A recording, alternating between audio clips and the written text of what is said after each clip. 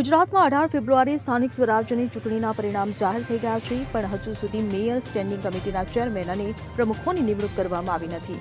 પણ આગામી 4 માર્ચે પ્રદેશ ભાજપ પાર્લામેન્ટરી બોર્ડની બેઠક યોજાવાની છે.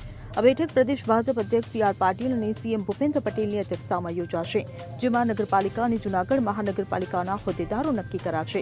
જે બાદ 5 માર્ચના રોજ તમામ પ્રમુખો અને મેયર ચાર્જ સંભાળશે. હવે આ બધું તૈયાર થઈ રહ્યું છે. જ્યારે વડાપ્રધાન મોદી ગુજરાત પ્રવાસે આવવાના છે, અત્યાર સુધી વડાપ્રધાન મોદી સૌરાષ્ટ્રની મુલાકાતે જવાના છે અને તે જ દરમિયાન આ પ્રમુખો અને મેયરની નિમણૂક કરવામાં આવશે. એટલે કે વડાપ્રધાન મોદી સાથે ચર્ચા કર્યા બાદ જ આગામી 4 માર્ચે પાર્લામેન્ટરી બોર્ડની બેઠકમાં આ નિર્ણય લેવામાં આવશે અને અંતે 5 માર્ચે પ્રમુખો અને મેયર પોતાના હોદ્દાઓ સંભાળશે.